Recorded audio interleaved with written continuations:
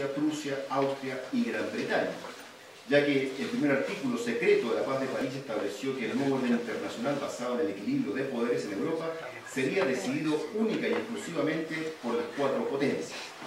Esto no se comunicó a las pequeñas potencias, las que vanamente se ilusionaron con poder influir en el nuevo balance internacional. Como es de suponer, las rivalidades hegemónicas, las pugnas territoriales y las intrigas diplomáticas no solo hicieron difíciles las negociaciones, sino que pusieron en peligro particularmente cuando Napoleón regresó a la escena de la historia. Podemos decir que esta fue la primera vez que en la política exterior europea surgió el imperativo de la paz y el anhelo de mantener el orden existente como pautas que debían orientar las relaciones en el viejo continente. Sin embargo, estos ideales tuvieron que enfrentarse con las aspiraciones hegemónicas y territoriales de algunos actores internacionales del peligro. Otro punto relevante fue el estreno de la distinción entre grandes y pequeñas potencias, ya que hasta entonces la creencia teórica era que todos los soberanos y estados independientes eran iguales en la sociedad internacional. El 9 de junio de 1815 se firmó el acta final del Congreso, que definió el nuevo orden europeo, que es un poco lo que mencionábamos ahí, ¿no es cierto? Ese nuevo orden europeo, y en esta dinámica, Polonia, por ejemplo, quedó bajo la soberanía del zar Alejandro y dividida entre Austria, Prusia y Rusia, que se proyectó gracias a ello a Occidente. Los estados italianos fueron reorganizados y el reino de Lombardía, Venecia, el Tirol y las provincias ilirias quedaron para Austria, que se proyectó así geográfico y políticamente en los reinos de Parma y Lugano. La rearticulación del mapa europeo es tremendamente compleja y requiere necesariamente el estudio geográfico para saber exactamente cuánto se perdió y cuánto se ganó para cada una de las potencias. Uno de los elementos importantes que aparece también en el Congreso de Viena es el sistema de alianzas y de congresos. Sobre todo, ¿no es cierto?, porque esparcida la idea revolucionaria por Europa, gracias al ejército de Napoleón, fue necesario desarrollar un sistema institucional permanente para así evitar otra guerra.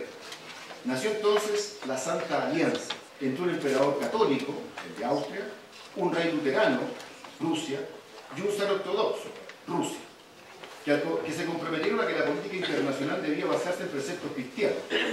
Posteriormente, el 20 de noviembre de 1815, surgió la cuádruple alianza entre Prusia, Austria, Rusia e Inglaterra, que fue mucho más realista que la anterior, y desde donde se promovió la celebración de congresos para llegar a acuerdos sobre los asuntos europeos. Este sistema permanente de consulta permitiría salvaguardar los intereses europeos en general. Principios, ¿no es cierto?, que aparecían en el Congreso, el del equilibrio que ya mencionamos, el de la legitimidad y el de la intervención como principio de seguridad. En buena medida, ya con la cuádruple alianza se inicia lo que se conoce como la Europa de los Congresos, o el concepto europeo, que bajo la égida de las grandes potencias impuso un sistema de seguridad colectivo que asumió la dirección de los asuntos políticos europeos y la protección del orden establecido, al menos hasta 1830. A pesar de los esfuerzos realizados, muchas cuestiones quedaron pendientes, como se puede intuir, o mal atendidas en ese mismo Congreso. Por ejemplo, se insistió en la división de Alemania e Italia, a pesar de que se estaban incubando procesos nacionalistas. Polonia, la fiel Polonia, sufrida Polonia, siempre ocupada Polonia, quedó repartida una vez más, y los pueblos balcánicos siguieron a la sombra del Imperio turco. Además, entre las grandes potencias surgieron pretensiones que al final de un siglo terminarían produciendo, como lo ha señalado el profesor Fernando, la Gran Guerra del 14. Cierro aquí. Aunque el objetivo primordial de las grandes potencias fue deshacer el sistema napoleónico de estados y restablecer antiguos gobiernos y espacios territoriales, también generó las condiciones políticas y sociales sobre las que se erigió la política europea y global para el siglo siguiente. Un esfuerzo que se proyectó mucho más allá de Europa. En efecto, el Congreso de Viena actuó también sobre los procesos independentistas y los movimientos republicanos que se extendieron por América Latina a lo largo del siglo XIX y que fueron vistos con desconfianza por los líderes europeos. Por lo tanto, la dimensión global, internacional y transnacional de ese hito histórico es innegable, como lo ha probado el profesor Lucero. El rediseño territorial del mapa europeo siguió los dictámenes de las grandes potencias sin considerar, por ejemplo, la voluntad de los pueblos afectados, marginando así los sentimientos nacionales.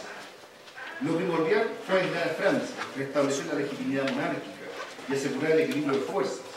Con ello se intentó, ni más ni menos que detener el reloj de la historia, pero las fuerzas motrices del liberalismo, del nacionalismo, del romanticismo, impulsaron de manera irreversible la transformación estructural del orden político, económico y social.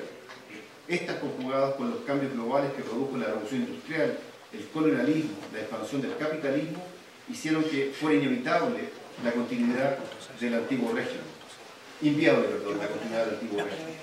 Las sucesivas revoluciones del 20, del 30 y del 48 no son más que el reflejo de esas fuerzas profundas, como dice Pierre Canouat, que se agitaron con gran vigor para ese periodo. Muchas gracias.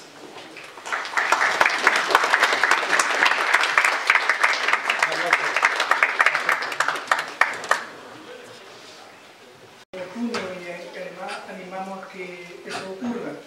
A continuación vamos a tener la conferencia del profesor Cristian Medina, que viene de la Universidad Católica de Concepción, que es doctor en Historia Contemporánea por la Universidad Complutense de Madrid, y el nombre de su conferencia se llama El Congreso de Viena y el Sistema Internacional en el siglo XIX. Le invitamos a que suba al profesor Cristian Medina y que comience. Muchas gracias.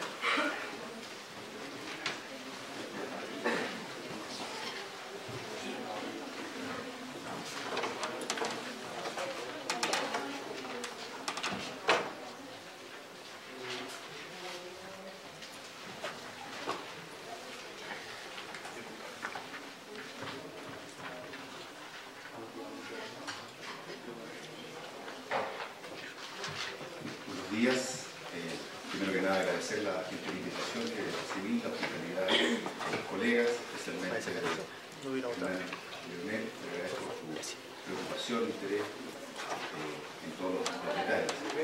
Y el profesor Fernandois, ¿no es cierto?, nos dejó varios temas ahí lanzados en la mesa, sobre los cuales creo que va a ser muy interesante poder profundizar durante lo que queda de la jornada. Yo estudié Historia Contemporánea también en la Universidad Complutense de Madrid bajo el alto magisterio del doctor Juan Carlos Pereira. Para quien no lo conoce, es uno de los máximos especialistas en tema de historia de las relaciones internacionales, así que de alguna manera yo también me he dedicado a esa isla, en este archipiélago de la historia, esta subdisciplina que es el campo de historia de las relaciones internacionales. Y un poco ya lo decía respecto al profesor Fernandois, que uno podrá encontrar innumerables definiciones del concepto, y que las diferentes respuestas que se pueden encontrar en diferentes épocas, por lo demás, nos revelan la complejidad del término. La razón por la cual, ¿no es cierto?, definir, como algo decía, qué es, cuáles son las funciones de una relación internacional es una tarea bastante compleja. Poder ver a modo de introducción, ¿no es cierto?, esto se lo muestran los estudiantes, un poco difuminado, existe una gran cantidad de literatura respecto al tema. Ustedes pueden ver, ¿no es cierto?, que a la medida que salga difuminado empiezan a aparecer los títulos. Una obra fundamental para estudiar estas temáticas en el siglo XIX y XX es la obra, ¿no es cierto?, del profesor Juan Carlos Pereira. Hasta ahora, ¿no es cierto?, con 2 ediciones, la única escrita en lengua española, con lo cual permite el acceso. Tenemos el clásico texto de Pierre Canouat, Jean-Baptiste Rousseau, también traducido al español. Ha aparecido otra hace un par de años atrás, Robert Frank, que no está traducida al español, está en francés, que vendría a ser una suerte de continuidad entre lo que ha sido la obra de Jean-Baptiste Rousseau, la que ha sido la obra también de su discípulo Rousseau, En todo imperio perecerá, y la obra, ¿no es cierto?, de Robert Frank, que les comento, serían como los 3 ejes fundamentales para poder explicar un poco estas temáticas que voy a abordar en esta pequeña presentación. Aquí también nos aparece la obra, para mí, profesor fundamental del profesor Fernandois, Mundo y Fin de Mundo, su propia explicación sobre la teoría de las relaciones internacionales, una obra que resume varios años de investigación y de proyectos que ha tenido el profesor Fernandois, y que por lo tanto siempre es bueno tener a mano para poder comprender el mundo cómo funciona. Después un número especial de la revista Ayer, publicada en España, sobre esta misma subdisciplina, que muestra un poco el vigor, el interés que está despertando esto especialmente en la sociedad europea, primero francesa, después española, aun cuando ustedes pueden encontrar escuelas bibliográficas en Inglaterra y en Alemania y por cierto en Italia. Y finalmente acá, se ve poco, pero yo se lo voy a contar, una obra que es prácticamente hoy día incunable, porque es un texto editado también en lengua española, que son los acuerdos y tratados entre 1815 y 1991, con estudio introductorio para cada uno de los documentos. y que permite a quienes nos dedicamos a estos temas no tener que andar pesquisando ni andar peregrinando por distintos lugares o repositorios o archivos para buscar la documentación precisa. Esa obra es incunable porque ya no circula, yo la tengo en mi oficina y no la presto. Porque los libros prestados, ¿no es cierto?, siempre la gente que hemos prestado tiene mala memoria, como lo devuelve, si es una obra que ya no se encuentra, yo no la presto. Hay un alumno que se lo presté y tuve que llamar a Policía Internacional para que me lo devolviera. Así que lo pueden consultar, ningún problema, pero bajo mi atenta mirada. Vamos a esto, ¿no es cierto? Ustedes, no voy a aburrirlos con esto, simplemente tomar un poco lo que había dicho el profesor Fernando Arce, que en cuanto a disciplina científica, la aproximación intelectual a una realidad social tan compleja, que es las relaciones internacionales, que es además una realidad pluridimensional, nos llena de un torrente terminológico y de conceptos que se atienden según los diversos contextos históricos, y por lo tanto la pluralidad de tradiciones culturales también nos enriquece esta mirada. Ahí ustedes tienen, ¿no es cierto?, una definición, y a la medida que uno va avanzando en las definiciones del concepto, y a la medida que el mundo es dinámico y cambia y se va transformando y va mutando, evidentemente que los conceptos, los actores, las palabras, la terminología también se va enriqueciendo y a veces también se vuelve bastante confuso. Ahí está la clásica definición, ¿no es cierto?, de Raymond Aron, en el clásico curso, ¿no es cierto?, del Collège de France, en el año 96, pero yo diría que a partir del siglo XX, fundamentalmente, la noción de relaciones internacionales logra recoger un universo social mucho más amplio y de mayor complejidad, como decía el profesor Fernando Arce, que ya no podía ser reducido únicamente a las relaciones interestatales, que fue siempre entendido como el actor clásico, el eje axial de esas relaciones internacionales, como ustedes pueden ver según la afirmación del profesor Raymond Aron. A partir de entonces, yo diría, se desenvuelven las clásicas relaciones internacionales, las relaciones establecidas entre individuos y grupos que pertenecen a naciones diferentes, y se incorpora el concepto de relaciones transnacionales establecidas a través de las fronteras y que se encuentran condicionadas por colectivos u organismos no necesariamente vinculados a una entidad política. El índice del propio libro del profesor Robert Frank, por la historia de las relaciones internacionales, hay una cantidad de temas muy variados que trascienden fundamentalmente los aspectos clásicos. Incluso aparecen ahí también los ejes deportivos, los ejes religiosos, espirituales y, como se ha dicho, también los ejes de carácter cultural. Ampliando, por supuesto, y complejizando aún más no solo las temáticas, sino que también la pesquisa de la información y el propio concepto de fuentes se amplía también de manera descomunal. Hay una clásica definición también que viene desde la sociología, como aparece ahí. Entonces, primera conclusión para esta fase simplemente introductoria: resulta evidente que cualquier aproximación a esta realidad nos hace notar el carácter multi y transdisciplinar, donde la historia, no hay que perder de vista el eje, uno estudia historia, es una ruta de conocimiento importante en esta disciplina, porque la historia tiene una propia atalaya para contemplar desde ahí el decurso de los saberes sobre la realidad internacional. Como todo estudio que se preside tal, y tomando las palabras del profesor Pereira, ¿no es cierto?, que aparecen ahí, es un estudio científico, lo cual supone rigor en todos los sentidos, por cierto, es un estudio global de esas relaciones históricas que se han desarrollado entre los hombres, los estados y las colectividades supranacionales en el seno de una sociedad internacional que siempre está cambiando por lo demás. Desde el cual, ¿no es cierto?, se esboza el lugar que a nuestra disciplina le corresponde en lo que muy acertadamente se ha denominado la ciencia de la sociedad internacional.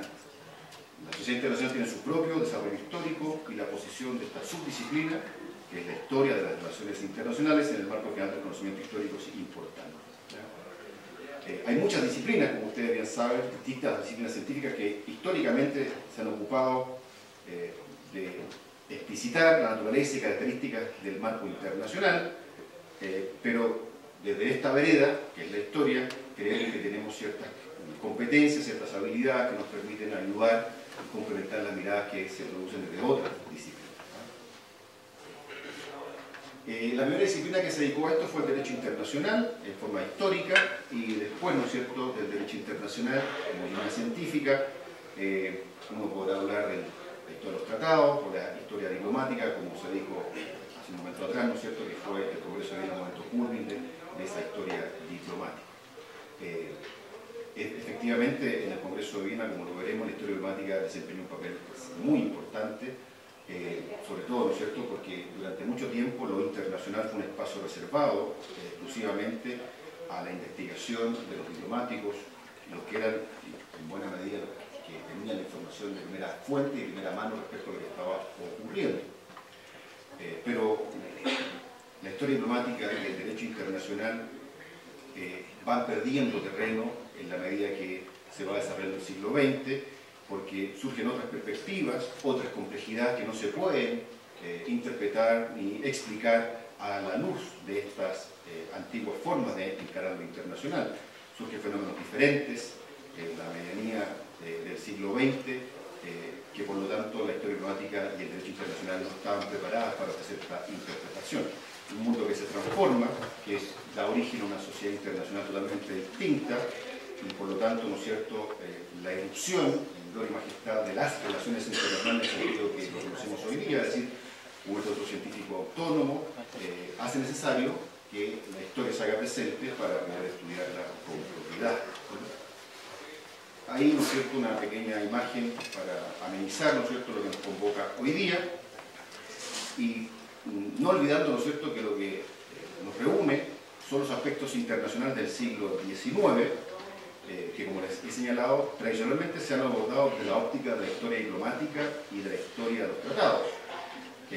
Estas, además, por la época en que se desarrollan, recogieron la influencia del positivismo rankiano, pero gracias a los trabajos de sus autores que yo les mencionaba, especialmente los maestros franceses Pierre Leroy y Jean-Baptiste Roussel, se produce a partir de sus trabajos una renovación epistemológica y metodológica, y es posible mirar con nuevos ojos un periodo en el que se inauguró la diplomacia moderna y se articularon los primeros mecanismos de seguridad colectiva, como afirma Roussel en un trabajo publicado en el año 67. Dicho ese marco referencial, para entender que esto hay que poner en simple algo que normalmente es bastante complejo, vamos a lo que nos convoca ahí, ¿no es cierto?, que es el Congreso de Viena y el nuevo orden internacional. Yo la presentación se la voy a dejar acá en el escritorio, si ustedes la tienen copiada, no cobro derecho de autor, no se preocupen.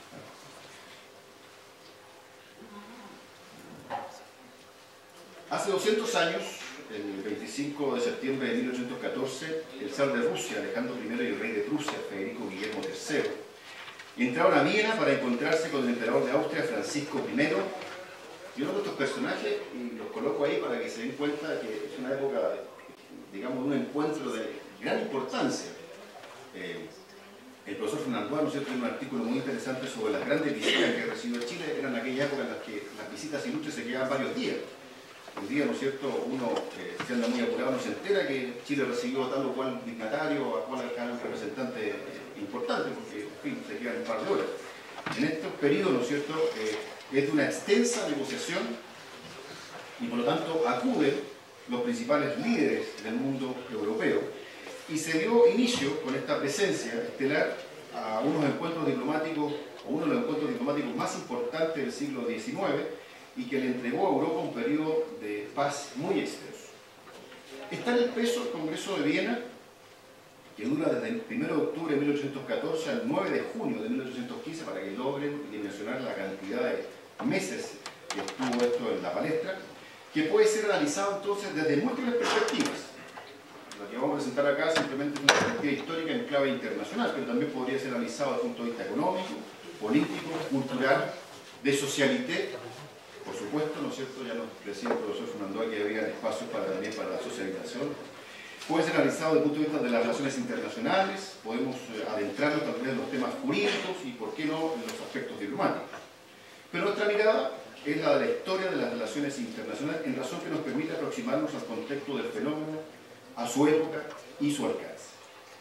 Al encuentro, entonces, como ustedes pueden, por supuesto, intuir, asistieron delegaciones diplomáticas de prácticamente todos los estados europeos que entonces estaban constituidos por ser parte de una historia, para ser parte de esta histórica reunión.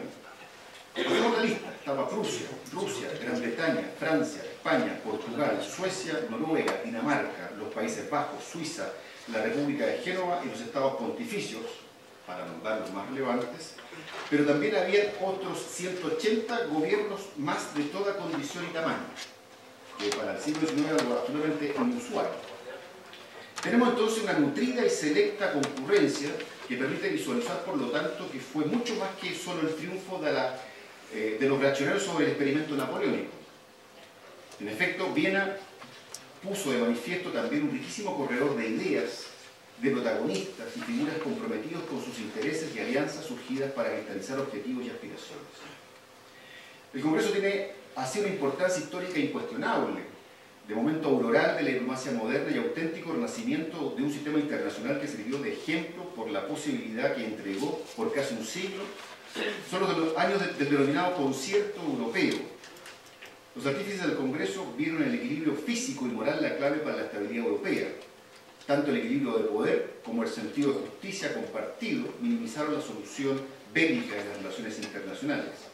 Durante 40 años no hubo guerra entre las potencias que asistieron a Viena. Y luego de la guerra de Crimea, en 1854, no hubo conflicto general alguno hasta el estallido de la Primera Guerra Mundial en 1914. El periodo, además, se enmarca en las primeras décadas del siglo XIX, una época convulsa, sin duda, porque ahí conviven y se enfrentan el imperio napoleónico y la restauración. Sobre esto existe un interesante debate historiográfico respecto de si el imperio es o no una continuidad del proceso revolucionario, o más bien representa una regresión respecto de esa época. Pero no es este el espacio para ahondar en esta temática. Como sea, y de la perspectiva que nos hemos planteado, el Congreso de Viena integró al sistema europeo internacional la idea de la seguridad colectiva y sobre la que debía sentarse la relación entre los Estados. El concepto tuvo un espacio de desarrollo sistémico en los congresos destinados a asegurar la paz en el viejo continente, luego de la traumática experiencia napoleónica. Esta tensionó Europa y Occidente con una gran destrucción material y humana que ocasionó la bancarrota económica de las fuerzas enfrentadas, gatilló desequilibrios geopolíticos y geoeconómicos y amenazó en sus propios fundamentos la forma política del antiguo régimen. Por lo tanto, dos son los principios fundamentales de Viena: el de la legitimidad y el del equilibrio. Había que restaurar el trono a los monarcas legítimos y era necesario mantener la paridad entre las potencias para detener las aspiraciones hegemónicas de cualquiera de ellas. De este modo, el Congreso de Viena fue una ofensiva global, contrarrevolucionaria total, destinada a restablecer el equilibrio hegemónico entre las potencias europeas, aunque sustentado en leyes, instituciones e ideas premodernas. Entre ellas, ¿no es cierto?, equilibrio entre las potencias que garantizan la paz, el equilibrio del poder, del cual se excluyó Francia, principio de la legitimidad monárquica, el antiguo régimen, y principio de intervención de las grandes potencias a nivel nacional e internacional si se ve afectado el equilibrio general. De este modo, la caída de Napoleón condujo a la restauración y al redespliegue del absolutismo en casi toda Europa. Fernando VII rompió con los liberales, restauró el absolutismo, el régimen aristocrático y continuó la lucha por mantener su caduco imperio colonial. Francia, formalmente una monarquía constitucional, pero en la práctica Luis XVIII reimplantó el absolutismo. El primer Tratado de París restableció la paz con Europa y limitó a Francia a las fronteras de 1792. En Prusia, el clima interno de fracaso de las reformas liberales y de erupción del nacionalismo pangermanista y militarista obligaron a Federico Guillermo III al imperialismo. Ahí tenemos otros de los actores también convocados, no sé si son los ministros más importantes. Austria, potencia anfitriona al Congreso y abanderada al equilibrio continental, era un imperio multinacional, heterogéneo, con aspiraciones de hegemonía, se mantuvo unido en torno a la figura de Francisco I, quien conservó las instituciones del antiguo régimen. Su ministro de Asuntos Exteriores, Metternich, fue el auténtico organizador del Congreso y máxima figura política de la restauración, como dice Kissinger. Creyó firmemente en el establecimiento de relaciones internacionales basadas en la reciprocidad y con la garantía del respeto a los derechos adquiridos. Austria, como consecuencia de la guerra napoleónica, vio mermada su territorio gracias a los tratados que firmó, y que la convirtieron junto a Gran Bretaña en uno de los enemigos de Francia. Rusia, potencia de la Europa Central, era el imperio territorial más grande del mundo, un estado autocrático, multinacional y centralizado, señorial, posiblemente la mayor potencia militar terrestre después de Francia. Era un actor internacional de cuidado y muy interesado en aumentar su influencia en los asuntos europeos y expandirse hacia el Pacífico y Asia Central. Era un enemigo en potencia, tanto para Austria como para Turquía, por sus aspiraciones de plena hegemonía y de expansionismo territorial. Sobre el tema turco esperaremos la conferencia de Hernán González. El zar aspiraba a controlar el Báltico con la ayuda del pivote polaco y expandirse hacia Europa Central. Sus intereses en los Balcanes y en la salida al Mediterráneo estaban en curso de colisión con los intereses del Imperio Austrohúngaro. Como ustedes pueden ver, el gran tablero mundial, para ocupar la expresión de Sviena y Brzezinski, se movía peligrosamente. Gran Bretaña, la gran potencia atlántica de Europa, contaba con desarrollo capitalista, industrial, marítimo, comercial y financiero, y con un régimen político liberal parlamentario que puede ser adjetivado de moderno. Es el único de los actores internacionales del periodo que presenta un gobierno parlamentario, una opinión pública influyente. Estas características la impulsaron al expansionismo colonial, un gran imperio ultramarino y a establecer una hegemonía mundial que tuvo a Londres como su capital y centro para proyectar su política exterior. Si pensamos bien en lo que hemos hecho de estos actores, vemos que Gran Bretaña no poseía lazos, modelo político, económico, etcétera, con las potencias continentales. Lo que comparte con ellas es la idea del equilibrio del poder y el hecho de haber derrotado de modo decisivo a Napoleón. Le otorgó un estatus importante dentro del Congreso. Junto a ello, la legación británica defendió la necesidad de mantener las rutas marítimas bajo el control y de este modo garantizar las rutas comerciales y coloniales. Prusia, en el Congreso de Viena, hizo su estreno como potencia emergente de Europa Central para luego ocupar un lugar de primera línea en el siglo XIX, siendo el eje de la construcción nacional alemana. Desarrolló un gran impulso nacionalista. Es un actor en fase de expansión y esa condición le permitió proyectarse hacia el este a costa de Polonia, de la sufrida Polonia, y también al oeste hacia el sur. Francia, la potencia derrotada, rápidamente debió volver a sus fronteras anteriores a 1792, perdiendo con ello territorios conquistados por Napoleón. No obstante, fue parte del concierto europeo luego de la restauración borbónica, ya con Luis XVIII en el trono. La gran habilidad de su ministro de Asuntos Exteriores y representante en el Congreso de Viena, que aparece ahí, ¿no es cierto?, Talleyrand, le permitió a Francia no perder su estatus de gran potencia. Una muestra de la importancia que tuvo para la Europa de esos años el Congreso de Viena es la selecta cantidad de figuras políticas de primer orden, como ustedes ya pueden ver, que convocó. Las que se reunieron en un solo lugar y por primera vez. Entre ellas, hemos pasado ya la lista, el emperador Francisco I, el anfitrión, y su canciller Metternich, el zar Alejandro I, el rey de Prusia, Federico Guillermo III, los ministros de Asuntos Exteriores de Gran Bretaña, Lord Robert, Castellana, y de Francia, Charles Maurice de Talleyrand, entre otros célebres historias. ¿Cuáles eran las aspiraciones del nuevo orden europeo?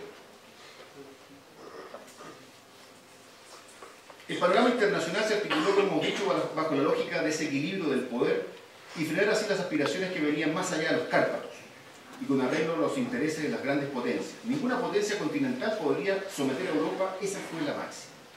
Las aspiraciones eran claras. Rusia quería anexionarse el Ducado de Varsovia, Rusia pretendía doblar su tamaño y así compensar los territorios perdidos en Polonia. Gran Bretaña no quería ver alterado su estatus de potencia marítima y veía con buenos ojos un equilibrio de poder a nivel continental que preservara la paz en el largo plazo. Para Austria, el norte de Italia era su objetivo y era recelosa de un eventual fortalecimiento de Prusia o Rusia. Francia, por su parte, esperaba no ser tan castigada por sus guerras de conquista, ostentaba una posición geoestratégica debida a su proximidad geográfica con la denominada cuestión polaca. En efecto, en este caso en particular, ubicada en la Europa septentrional, fronteriza con los territorios a repartir en la Renania y muy cerca de la Europa oriental, esto colocaba a Francia en una posición de influencia en caso que los desacuerdos llevaran a una nueva guerra y fuera necesario un aparato militar eficiente. Además de ello, su situación económica era muy favorable y contaba con un peso demográfico interesante. También observó con sospecha la expansión de Rusia hacia Occidente. Con estos temas sobre la mesa, el artículo 32 de la Paz de París estableció la reunión de un Congreso de Viena para atender las cuestiones del equilibrio europeo, gatillando con ello las fuerzas de la diplomacia internacional. Todo estaba entonces por resolverse. Ahí tiene usted, ¿no es cierto?, la Europa del Congreso de Viena del año 1815. En aras del tiempo no voy a explicar la gráfica, como le digo a los alumnos, está a disposición de ustedes. En Viena se fijó el objetivo de la reorganización política del continente y así contener los desbordes de la aventura napoleónica por Europa y conjurar a las corrientes que desafiaban el antiguo régimen, liberales y nacionalistas. Es evidente que también hubo demandas territoriales, pero lo central era alcanzar un equilibrio geopolítico como garantía de la paz. Las potencias que decidieron lo central fueron las que integraron la cuádruple alianza,